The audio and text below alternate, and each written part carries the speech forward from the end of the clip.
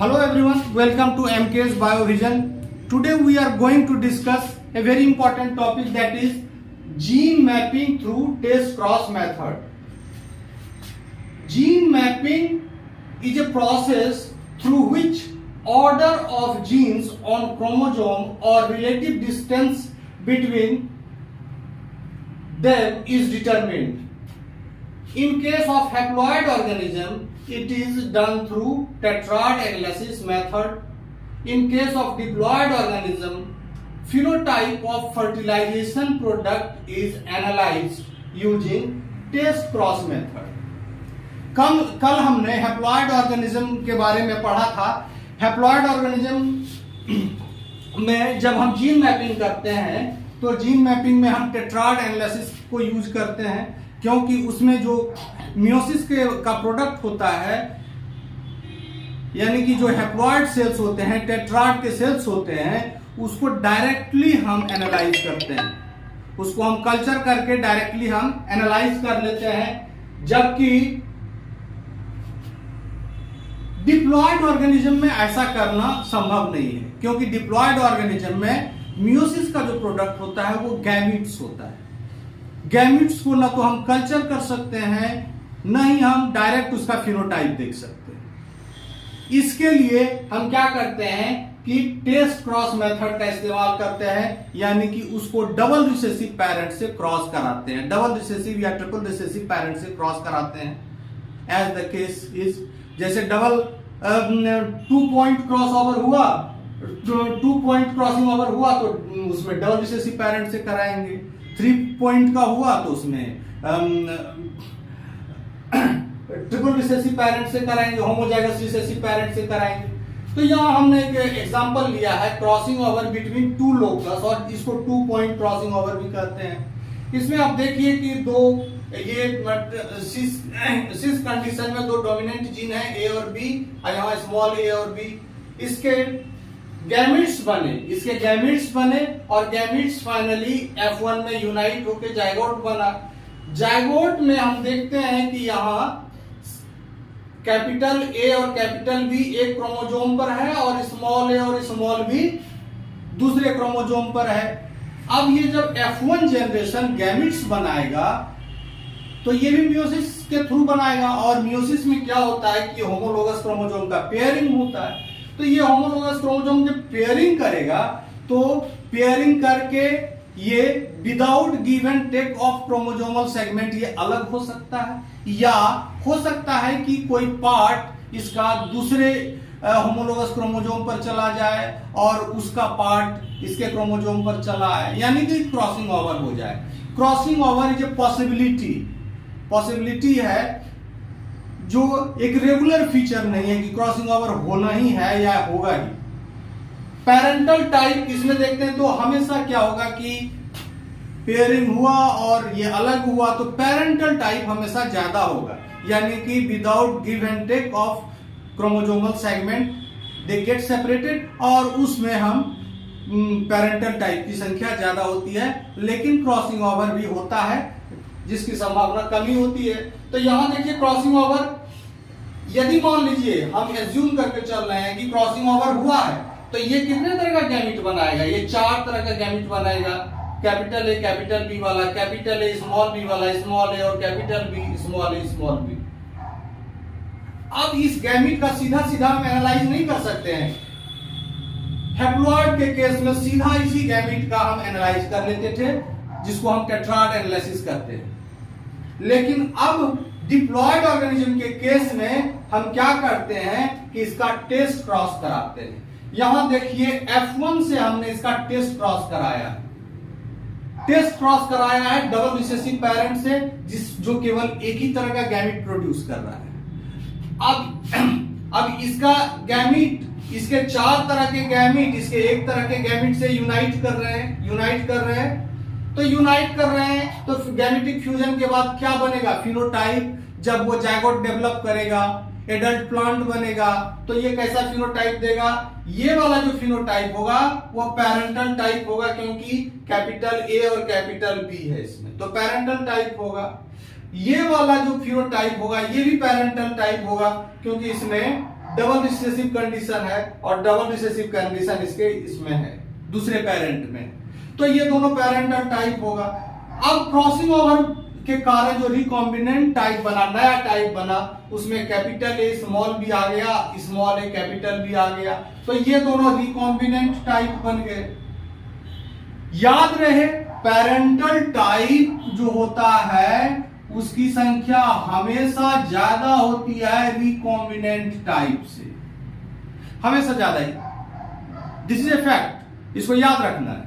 तो ये हमेशा इससे ज्यादा होता है। अब यहां एक एग्जांपल, एक प्रश्न लेते हैं जिसमें इसी टेस्ट क्रॉस का रिजल्ट दिया हुआ है। टेस्ट क्रॉस का रिजल्ट दिया हुआ है, आप इसमें देखिए capital A small A capital B small B, ये इसकी संख्या 180 है और कैपिटल ए स्मॉल ए, इसको मैंने रीअरेंज करके लिखा है यहाँ, रीअरेंज, ए को एक तरफ और बी को एक तरफ। तो इस तरह से रीअरेंज करने के बाद हमको ये रिकॉम्बिनेंट टाइप 55 मिलता है और 45 मिलता है, और फिर ये पेरेंटल टाइप जो मिलता है वो 220 मिलता है।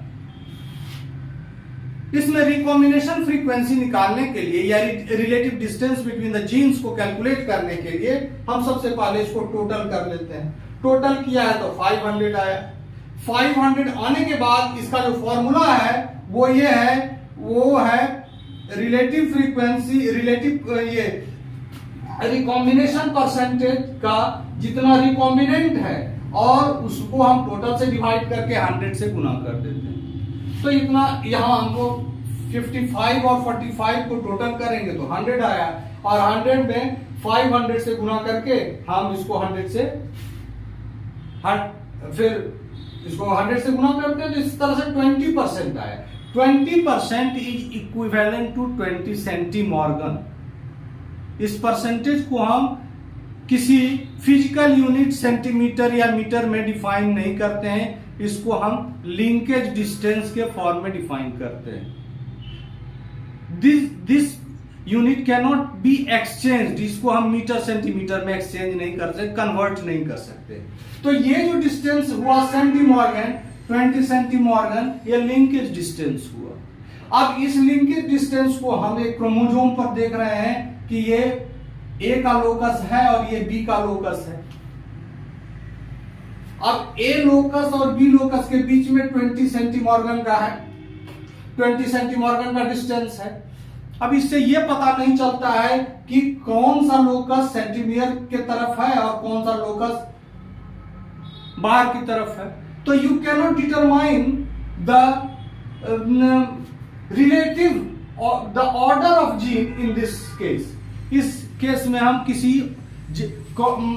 जीन के ऑर्डर को डिटरमाइन नहीं कर सकते, यानी कि सेंट्रोमियर आ जाएगा तो तीसरा जेनेटिक मार्कर आएगा, तो इसका हम ये ऑर्डर को डिटरमाइन नहीं कर सकते हैं 2 पॉइंट क्रॉसिंग ओवर में।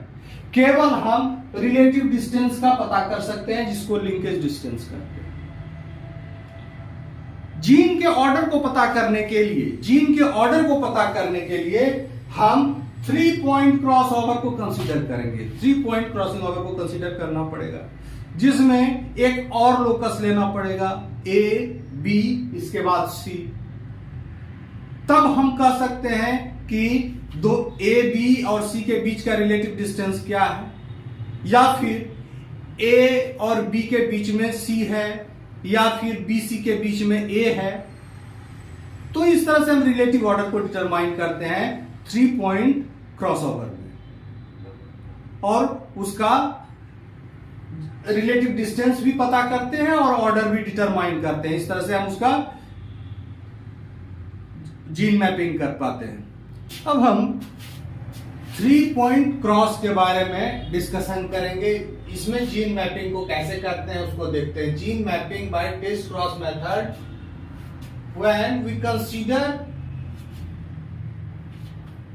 3 genes A, B, C, and since we consider 3 genes A, B, C, there are 3 locus, जिसको हम पॉइंट भी कहते हैं, इसीलिए हम इसको 3 पॉइंट क्रॉसिंग ओवर कहते हैं। 3 पॉइंट क्रॉसिंग ओवर मैंने 3 एलील को लिया हुआ है, A, B, C, जो सभी सिस कंडीशन में है। अब देखिए ये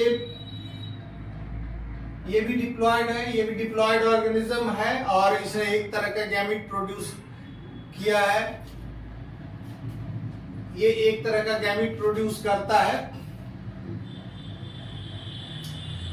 और ये भी एक तरह का गैमेट प्रोड्यूस करता है। ये भी एक तरह का ही गैमेट प्रोड्यूस करता है। ये है कैपिटल ए, बी और सी, ये एक तरह का गैमेट प्रोड्यूस करता है।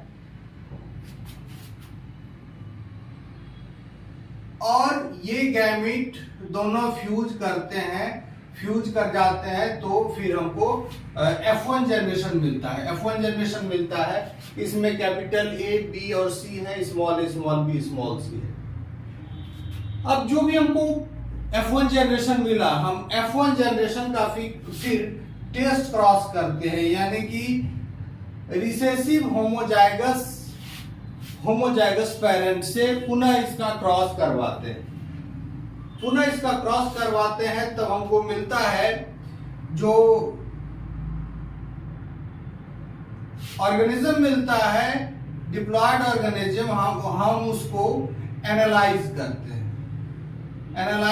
हैं। यहां हम देख रहे हैं हेट्रोजाइगस का ट्रिपल हेट्रोजाइगस कंडीशन है। ये 8 तरह के गैमेट्स प्रोड्यूस कर रहे हैं, 8 तरह के गैमेट्स ये प्रोड्यूस कर रहा है। ऑब्वियसली इस तरह का यदि कंडीशन होगा तो 8 तरह का गैमेट प्रोड्यूस होगा। 3 हेट्रोजाइगस कंडीशन है तो ये 8 काइंड ऑफ गैमेट्स प्रोड्यूस करेगा। तो 8 गैमेट्स हैं ये ऊपर वाले जो है गैमेट्स हैं इसके F1 जनरेशन के, और नीचे में जो मैंने टेस्ट क्रॉस कराया है उसका सिंगल जो एक ही टाइप का गैमेट है वो है। इसके बाद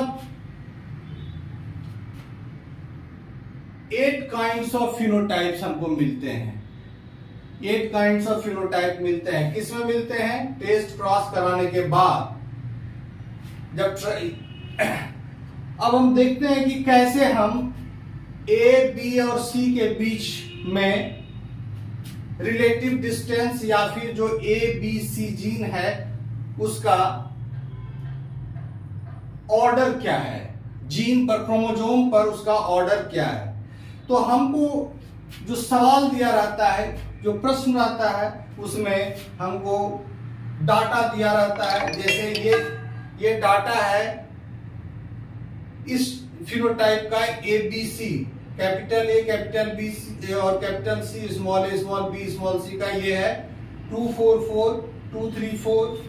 उसके बाद capital A, small B, small C और small A, capital B, capital C का इसका है 148 एंड 152। फिर capital A, capital B, small C, small A, small B, capital C, इसका जो है 81 और 89 है। फिर capital A, small B, capital C, small A, capital B, small सी, इसका जो है 23 एंड 27 है। तो ये जो है ये क्रॉसिंग ओवर के कारण हुआ है।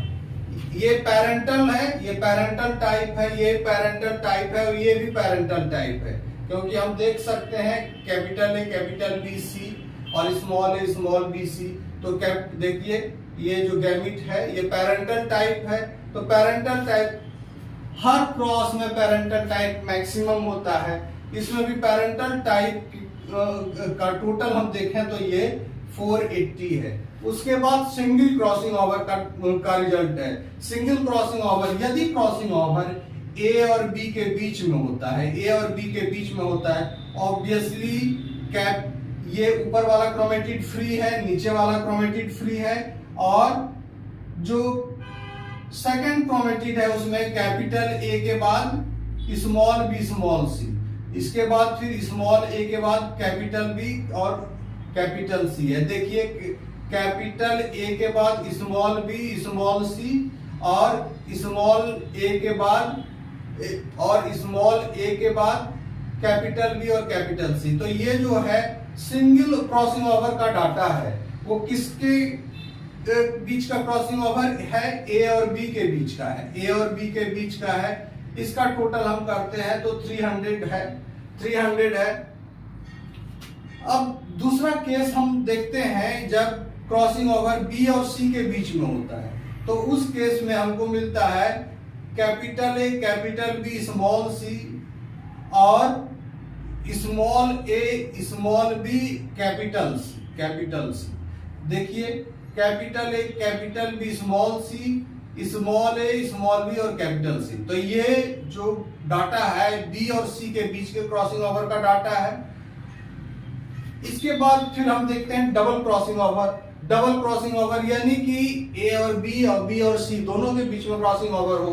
उस स्थिति में क्या होता है, capital A small B capital C, capital A small B capital C, small A capital B small C, small A capital B small C. यानी कि ये दो क्रॉसिंग ओवर हो रहा है ए और बी के बीच में, बी और बी के और सी के बीच में, यानी कि ये डबल क्रॉसिंग ओवर है। डबल क्रॉसिंग ओवर ये दोनों का जो योग है वो है 50। अब इससे हमको प्रॉब्लम को सॉल्व करने में इस डाटा से कैसे मदद मिलता है। हमको एक्चुअली एग्जाम में टेस्ट क्रॉस का जो फाइंडिंग होता है, जो रिजल्ट होता है वो दिया रहता है, हम उसको टोटल कर लेते हैं। टोटल करेंगे तो सभी को टोटल करेंगे, यहाँ हमको 1000 हो गया, सभी को टोटल करेंगे तो 1000 हो गया। अब देखते हैं कि अब हमको 2-3 फैक्ट याद रखना है कि पेरेंटल टाइप जो होता है वो हमेशा हाईएस्ट होता है। तो 480 है, highest number will be of parental type. Parental type highest है ना।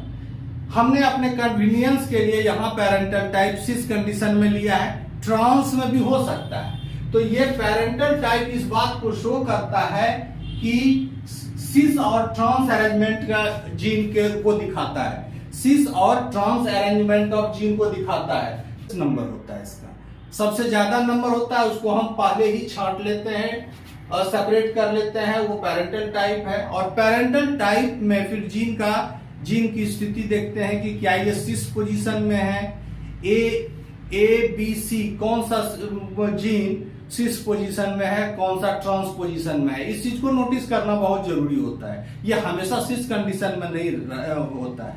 We have taken this for our simplicity. हम नेक्स्ट एग्जांपल में देखेंगे कि ट्रांस कंडीशन में होता है, थोड़ा सा वो प्रॉब्लम डिफिकल्ट हो जाता है।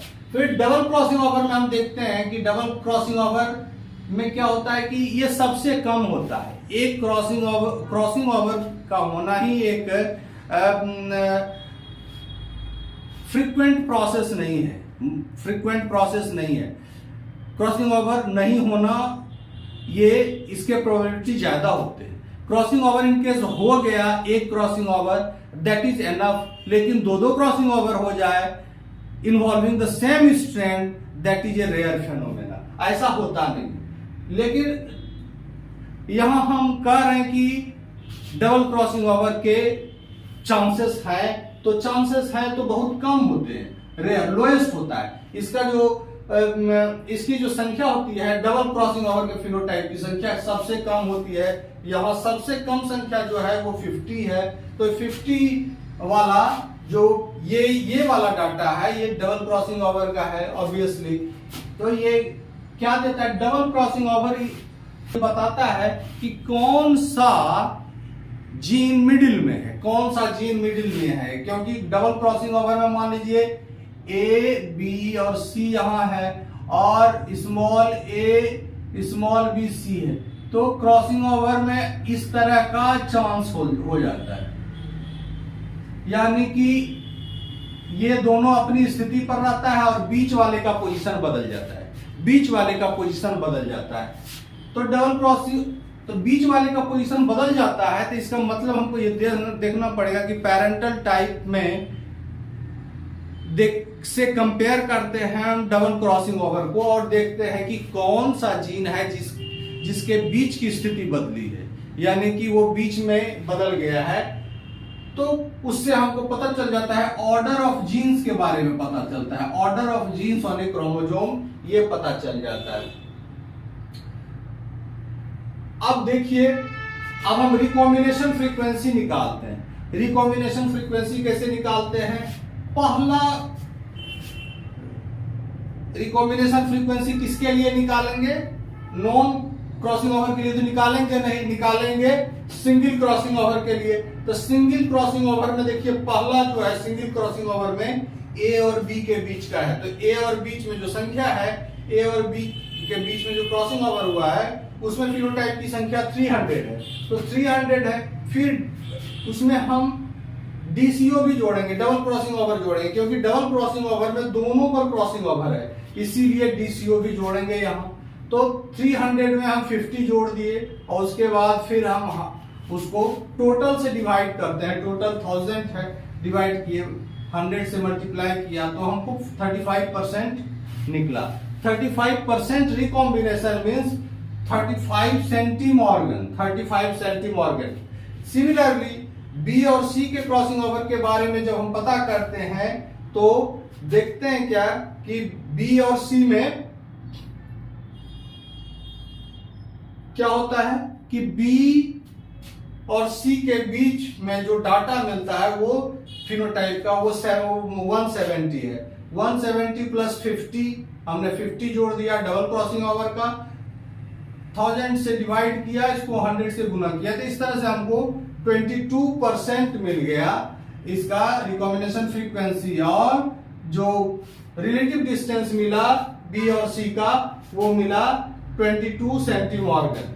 अब यदि हम लिंकेज मैप प्रिपेयर करते हैं तो लिंकेज मैप हम इस तरह से बना सकते हैं, ए बी सी, इसमें ए और बी के बीच की दूरी है 35 सेंटीमॉर्गन और बी और सी के बीच की दूरी है 22 सेंटीमॉर्गन। या फिर हम इसको इस तरह से भी बना सकते हैं, सी बी ए, इसमें ए बी में 35%, क्योंकि यहां सेंट्रोमियर से इस जीन का सेंट्रोमियर के रिस्पेक्ट में जीन किस ऑर्डर में है ये इस डाटा से नहीं निकाला जा सकता है, नहीं निकाला जा सकता है क्योंकि centromere is itself A gene marker. तो सेंट्रोमियर के पोजीशन को हम लोग यहां इग्नोर करते हुए केवल ए बी और सी के रिलेटिव डिस्टेंस को देखते हैं और देखते हैं कि ए बी और सी का क्या ऑर्डर है। नेक्स्ट डे हम लोग कोइंसिडेंस और इंटरफेरेंस को देखेंगे इसी तरह के एक एग्जांपल को लेकर कि दो कायदमा जब आपस नजदीक में आते हैं, दो क्रॉसिंग ओवर नजदीक में होता है तो एक क्रॉसिंग ओवर दूसरे के साथ इंटरफेयर करता है, उसको हम लोग नेक्स्ट वीडियो में देखेंगे। Like, subscribe, share and support my YouTube channel. Okay, thank you.